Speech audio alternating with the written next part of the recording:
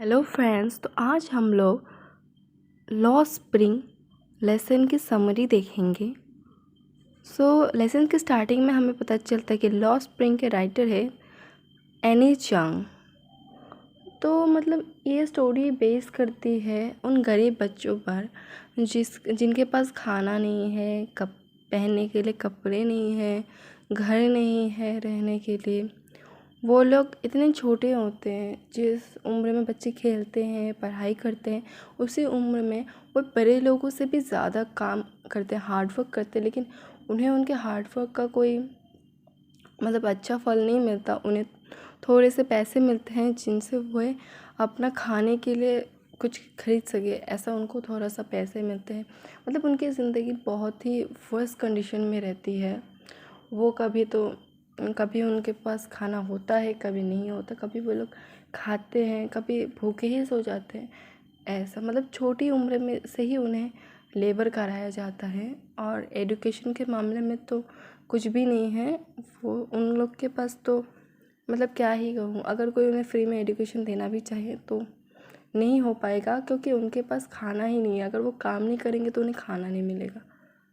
तो वैसे ही वो लोग भटकते रहते हैं, कभी कोई काम मिले तो करते हैं, कहीं खाना मिला तो खाते हैं। ऐसी उनकी ज़िंदगी रहती है। और ये चीज़ जो है हम लोग सारी जगह में देख सकते हैं, कहीं ना कहीं ऐसे लोग बहुत हैं। ये जो पूरा स्टोरी है उन लोगों के बारे में ही है। तो इस स्टोरी में लॉ स्प्रिंग में 2 पार्ट है। तो हम लोग पहले फर्स्ट पार्ट देखेंगे, उसके बाद सेकेंड पार्ट देखेंगे। स्टोरी की जो फर्स्ट पार्ट है उसमें ऑथर हमें रैग पिकर्स के बारे में बताते हैं। रैग पिकर्स वो है जो कूड़े बीनते हैं, उनको रैग पिकर्स कहते हैं। तो ये रैग पिकर्स कहाँ से आए थे? ढाका से आए थे। उनका जो सेटलमेंट था वो था सीमापुरी एरिया में। और उन लोग के जो जितने घर थे और खेत थे वो सब डिस्ट्रॉय हो चुके थे स्टॉर्म की वजह से। तो उनके पास अभी ना ही था घर था, ना ही खेत था, कुछ भी नहीं था। तो उन्होंने सोचा कि हम लोग कहीं और जाके रहेंगे। तो इसलिए वो एक बड़े सिटी में आए कि वहाँ पर अपना जीवन व्यतीत कर सके, जहाँ उन्हें खाना पीना और रहने की जगह मिले। लेकिन जो सच्चाई थी वो बहुत ही दर्दनाक थी, क्योंकि उन्हें यहाँ पर आके बहुत मेहनत करना पड़ा। और वो उनकी अवस्था बहुत ख़राब हो गई, वो बहुत गरीब हो गए और उनके पास चीज़ों की बहुत कमी हो गई। उनके पास ना ही रहने के लिए खाना था अच्छे पेट भर के, ना ही उनको खाना मिलता था, ना ही अच्छे कपड़े मिलते थे, नहीं अच्छी रहने की जगह मिलती थी। उनकी कंडीशन बहुत ख़राब हो गई थी। जैसा उन्होंने सोचा था वैसा नहीं था, बहुत ख़राब थी उनकी कंडीशन। साहेब ने एक टी स्टॉल में काम किया जिसमें उसको 800 रुपये मिलते थे और खाना भी मिलता था। महीने के 800 रुपये खाना भी मिलता था। लेकिन इस जॉब ने उसकी जो फ्रीडम है उससे छीन ली थी। और उसकी वो खुश नहीं था, क्योंकि उसका अभी जब भी मन करे वो कहीं नहीं जा सकता था। वो उसको काम करना ही पड़ता था पूरा दिन, और मेहनत के बदले उसको पैसे मिलते थे और खाना मिलता था। ये दूसरे भाग में हमें जो ऑथर है वो मुकेश के बारे में बताते हैं। ये मुकेश कौन है? मुकेश मुकेश एक लड़का है।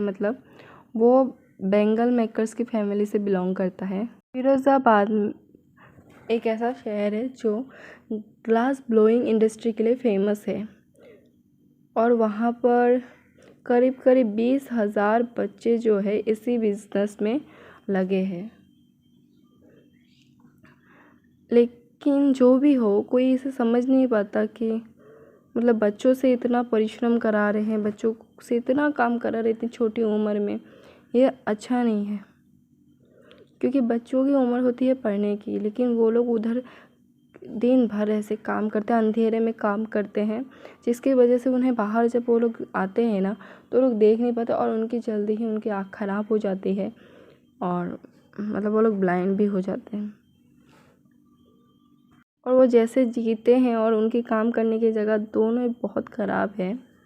वो डेयरी सेल्स में रहते हैं और वो लोग जहाँ काम करते हैं मतलब उस जगह में बहुत हॉट फर्नेसेस भी होते हैं ना, और ये बहुत डेंजरस है बच्चों के लिए क्योंकि वो लोग ब्लाइंड भी हो सकते हैं और मतलब होते ही हैं। जब तक वो लोग एडल्ट होते हैं तब तक उन लोग की मतलब आइज़ जो डैमेज हो चुकी होती है और वो लोग ब्लाइंड हो चुके होते हैं। तो भी हो उन्हें ये सब करना पड़ता है क्योंकि उनके ऊपर एक मतलब बोझ जैसा है, मतलब उन्हें तो करना ही पड़ेगा, जीना है तो काम करना ही पड़ेगा। उन्हें नहीं पता कि इस प्रॉब्लम को मतलब कैसे सॉल्व करें, इसका कोई सॉल्यूशन है कि नहीं, उन्हें ये भी नहीं पता होता। एक ऐसा जाल है मतलब बच्चों के लिए कोई रास्ता नहीं कि वो इस जाल से बाहर निकल पाए, क्योंकि जो पुलिसमैन है और ब्यूरोक्रेट्स है, मिडिलमैन है और पॉलिटिशियंस है, वो लोग उनके जीवन में मतलब एक बहुत बड़ी बाधा है। सबकी सोच ऐसी है कि जैसे कि हमारे जो पहले के जनरेशन्स थे वो भी यही काम करते थे और हम लोग भी यही काम करते तो हमारे बच्चे भी यही काम करेंगे, और यही एक सोच थी जिसकी वजह से मतलब वो कभी भी इस जो मतलब ट्रैप है इससे नहीं निकल पाए। हमारा मुकेश है उसके बारे में थोड़ा सा डिफरेंट है, मतलब उसकी सोच बाकियों से अलग है क्योंकि मुकेश के पास बहुत बड़े बड़े सपने हैं। वो चाहता है कि वो बड़े होकर एक मोटर मैकेनिक बने। गैरेज है वो मतलब वो जहाँ रहता है उससे बहुत ज़्यादा दूर है, लेकिन वो फिर भी चल के पैदल चल के उतनी दूर जाता है ताकि वो गैरेज में जाके सीख सके, सब कुछ सीख सके। इसलिए उसको एक चाह है और जिसकी वजह से वो इतना दूर चल के जाता है।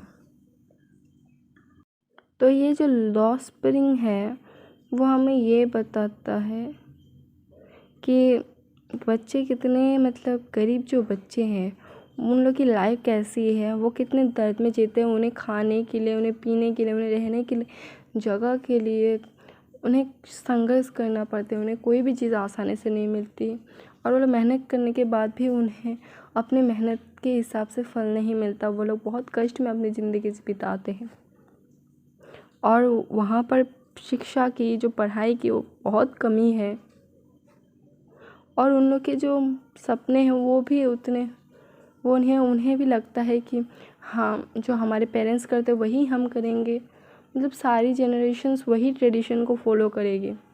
मतलब अगर वो रैग पिकर से तो सारे लोग रैग पिकर का ही काम करेंगे, अगर वो बैंगल मेकर से तो सब लोग बैंगल मेकर ही का ही काम करेंगे।